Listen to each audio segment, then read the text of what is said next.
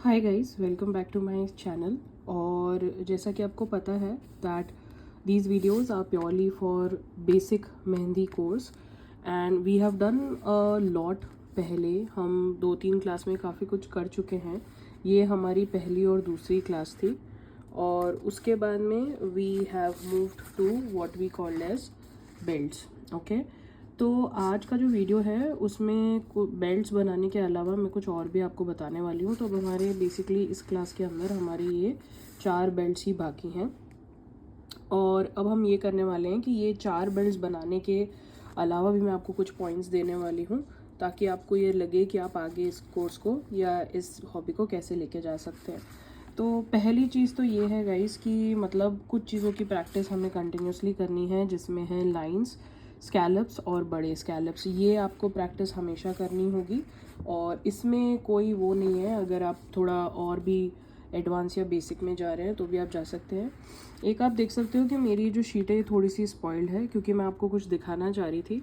ज़्यादातर मेहंदी प्रोफेशनल्स या आर्टिस्ट आपको बोलेंगे कि अगर आपके वर्क को आपको सेव करना है तो आप उसको फेविकॉल लगा दो और फिर उसको छोड़ दो। तो जब फेविकॉल सूखेगा तो एक शाइन सी आ जाएगी आपके वर्क में और आपका वर्क सेव हो जाएगा। पर प्रैक्टिकली स्पीकिंग मैं इस आइडिया को फेवर नहीं करती हूँ। जो मेरी टीचर है मेहंदी की वो भी मुझे यही सिखा रही थी कि नहीं, मेहंदी ही यूज़ करनी, मेहंदी को सेव करने के लिए फेविकॉल ही यूज़ करना चाहिए। पर आप देख सकते हो कि फेविकॉल जो है वो ब्लीड थ्रू हो जाती है पेपर से। और ये ड्राइंग शीट पेपर है, मतलब ये ऐसा भी नहीं कि कोई पतला पेपर है। तो अगर ड्राइंग शीट पेपर पे कोई लिक्विड आइटम ब्लीड थ्रू हो रहा है तो वो सेफ गार्ड या वर्क को प्रोटेक्ट करने के लिए बहुत अच्छा नहीं है। तो मैंने सोचा कि आपको थियोरेटिकली बोलने से अच्छा है कि मैं आपको प्रैक्टिकली दिखाऊं। अब आप देख सकते हो कि मेरा वर्क सुंदर है पर वो बहुत घिंचा पिचा इसलिए लग रहा है क्योंकि फेविकॉल की वजह से पूरा जो वर्क है वो ब्लीड थ्रू हो गया है। तो ये नहीं होना चाहिए। अब मैं आपको और आगे दिखाती हूँ कि मैंने ये बाकी जगह भी ट्राई किया है। तो कुछ पर्सनल रीजंस की वजह से मैं ये वाला वीडियो अपने इंस्टाग्राम पेज पे अपलोड नहीं कर पाई थी। ये बेसिकली राखी की डिज़ाइंस थी।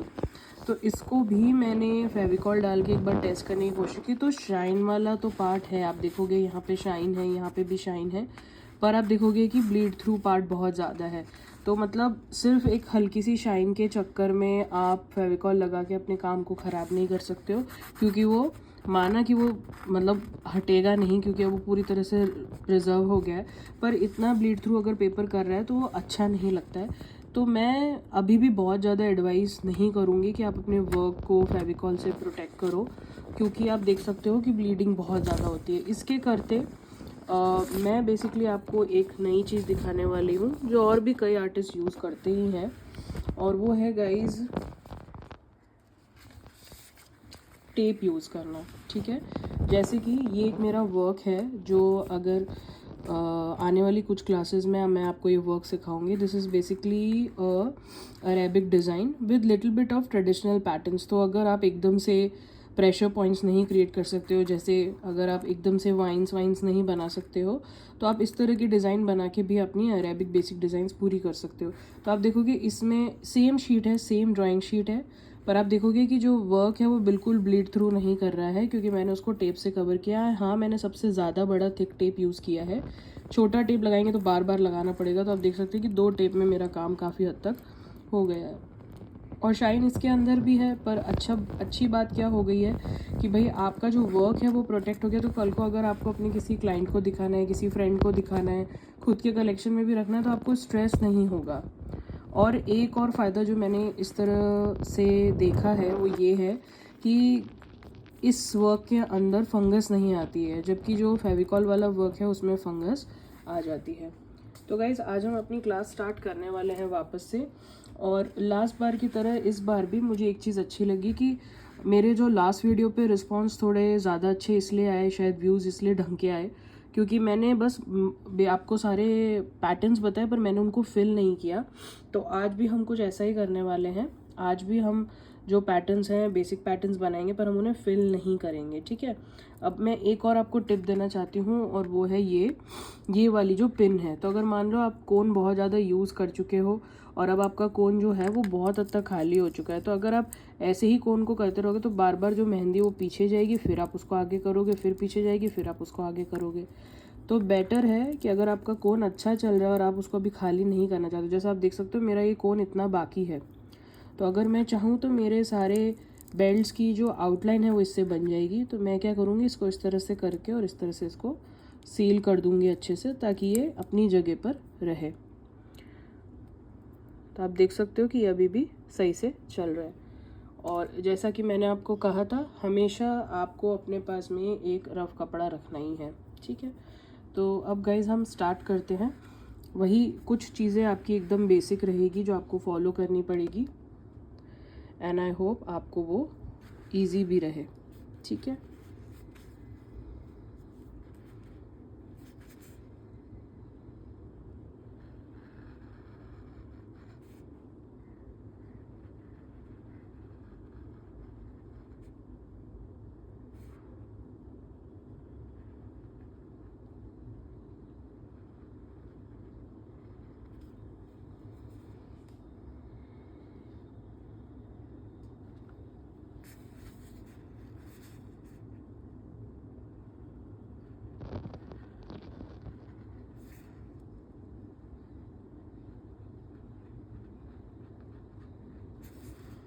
जैसा कि मैंने पहले भी आपको कहा है, हर स्कैलप जो होना चाहिए वो एकदम क्लियर दिखना चाहिए, ठीक है।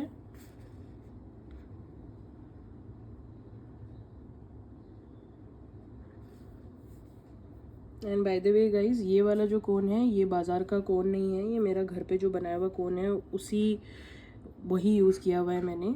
तो आप देख सकते हो कि अगर लगेगा तो मैं एक दिन मिक्सोलॉजी की क्लास भी लूँगी। तो गाइज़ ये एडवांस बेल्ट नहीं है, ये बहुत ही सिंपल बेल्ट है।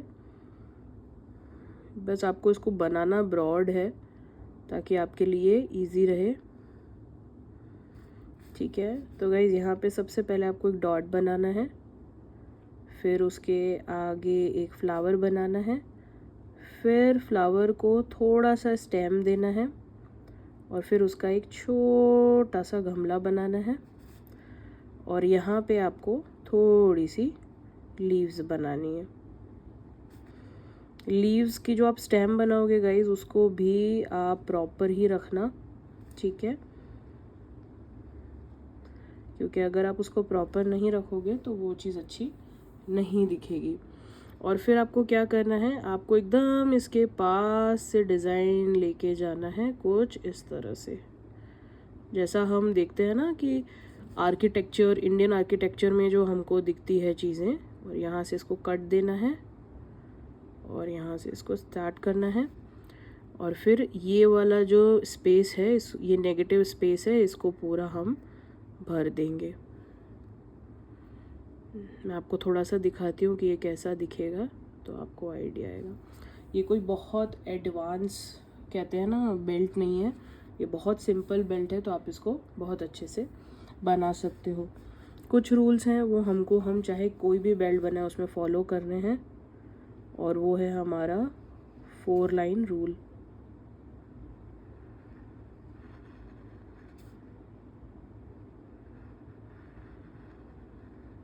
एकदम शांति से बनाना है, कोई जल्दबाजी नहीं करनी है, ठीक है। अभी हमारे पास वीडियो में भी बहुत टाइम बचा हुआ है, तो हम आराम से उसको बना सकते हैं।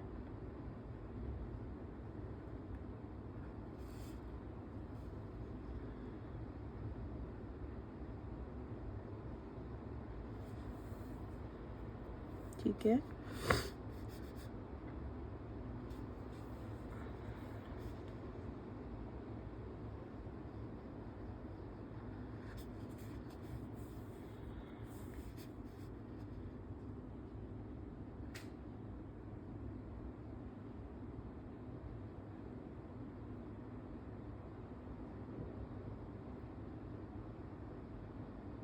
ठीक है गाइस। अब यहाँ पे आपको क्या करना है ना, यहाँ पे आप बहुत सारी चीज़ें बना सकते हो।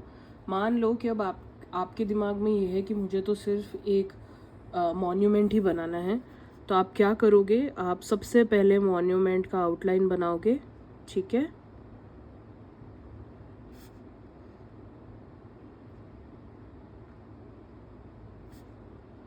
ठीक है, और फिर आप उसको पूरा ऐसे फ्लो में लेके जाओगे।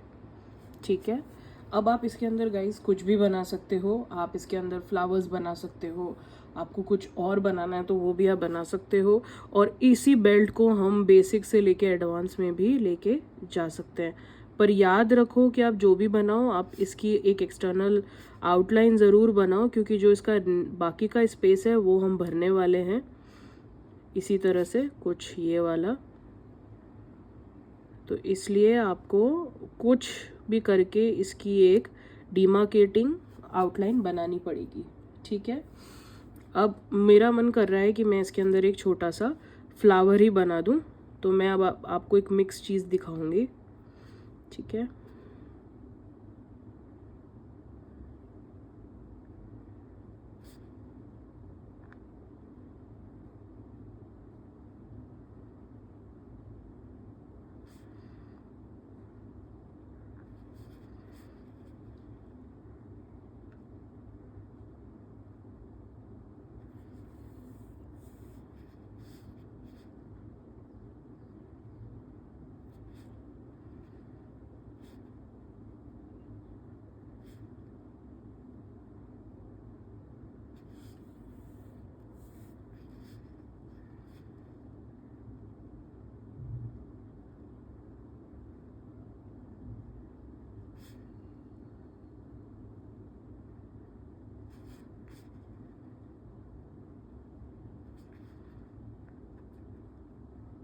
बहुत शांति से शेडिंग करनी है, क्योंकि पत्ते बहुत ज़्यादा छोटे हैं।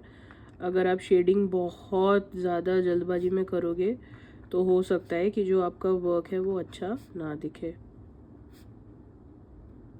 है ना। तो ये बहुत ही छोटी सी डिज़ाइन है पर ये बहुत अच्छी लगती है। अब आप देखना, मैं आपको थोड़ा सा इसको और यहाँ से भी भर के दिखाती हूँ कि ये कितना ज़्यादा अच्छी लगेगी। तो अब आप इमेजिन कर सकते हो कि अगर हम इतना बड़ा बेल्ट कहीं बनाएंगे तो वो कितना ज़्यादा सुंदर लगेगा। अब हम गाइस तीसरे बेल्ट की तरफ जाते हैं।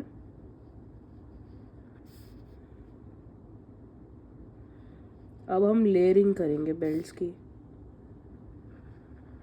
ठीक है, घबराना नहीं है। मुझे पता है कई लोग बोलेंगे मैम ये बेसिक का नहीं, ये एडवांस का है, पर ऐसा कुछ नहीं है। आपको बस एक चीज़ करनी पड़ेगी कि आपको पहले से दिमाग में सोचना पड़ेगा कि मुझे किस तरह का बेल्ट बनाना है।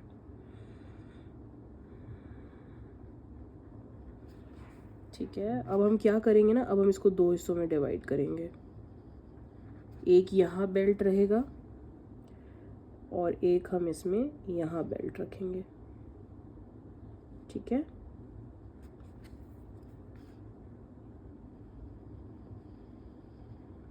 ना।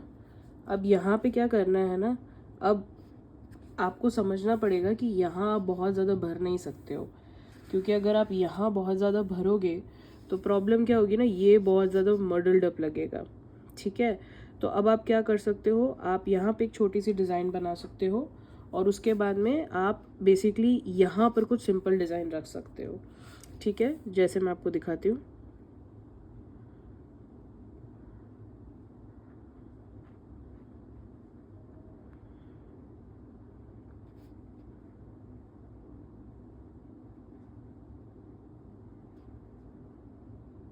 ठीक है, ये हमारी सिंपल सी डिज़ाइन हो गई। अब हम क्या करेंगे, अब हम इसके ऊपर एक और बहुत बारीक सी लाइन खींच रहे हैं और यहाँ पे भी हम क्या बना रहे हैं, स्कैलप्स।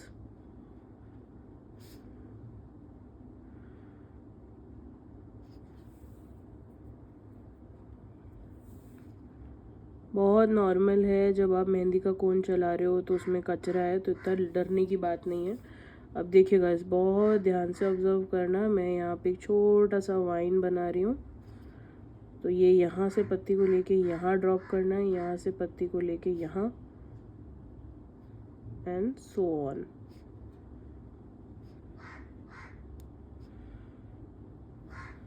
ठीक है, इसी तरह से आपको ये पूरा बेल्ट बनाना है। तो अगर आप देखोगे तो ये तीन जो बेल्ट हैं ये आपस में बहुत ज़्यादा डिफरेंट है। ये वाला बेल्ट भी जो है ये इसलिए अलग है क्योंकि इस बेल्ट में आपको कोई भी एक्सटर्नल लाइन बनाने की ज़रूरत नहीं पड़ रही है। मतलब ये ज़्यादा, अगर आप देखोगे तो यहाँ से इसका डिस्टेंस थोड़ा सा ज़्यादा है। आई एम सॉरी गाइज, मेरे यहाँ पे एक कौवा है, वो पिछले इतने टाइम से मेरे को परेशान कर रहा है, मैं कुछ कर नहीं सकती उस चीज़ का। सब कुछ इतनी शांति, पर उस कौवे की आवाज़ ज़रूर आएगी, ठीक है।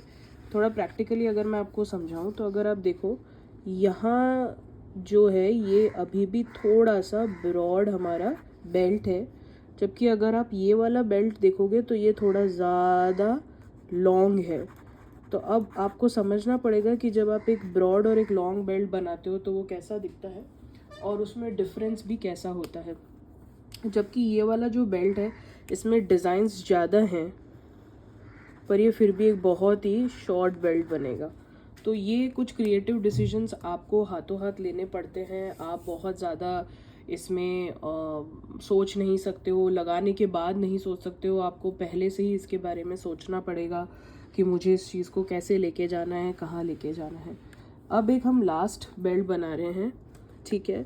ये बेल्ट बहुत अलग है, ये सिर्फ और सिर्फ मैं आपको क्रिएटिविटी की वजह से बता रही हूँ।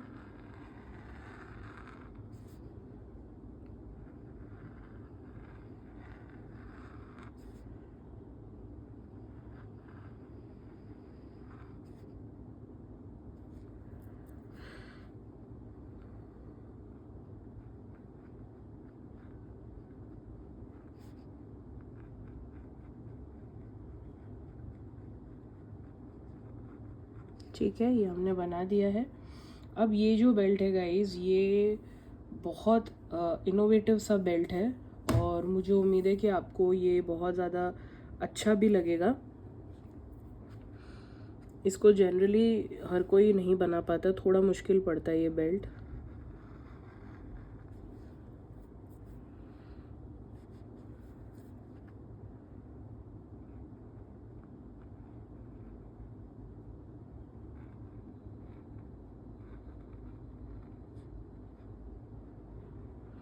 थोड़ा सा पेशेंस रखो, आपको अपने आप समझ में आएगा मैं क्या करने की कोशिश कर रही हूँ।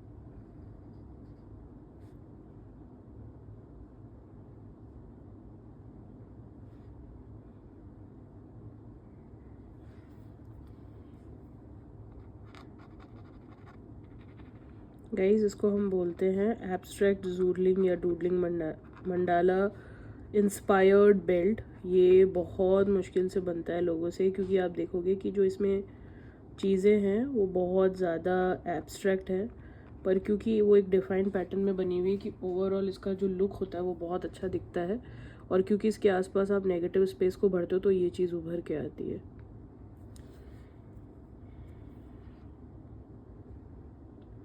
आप किसी भी मेहंदी आर्टिस्ट को इस तरह का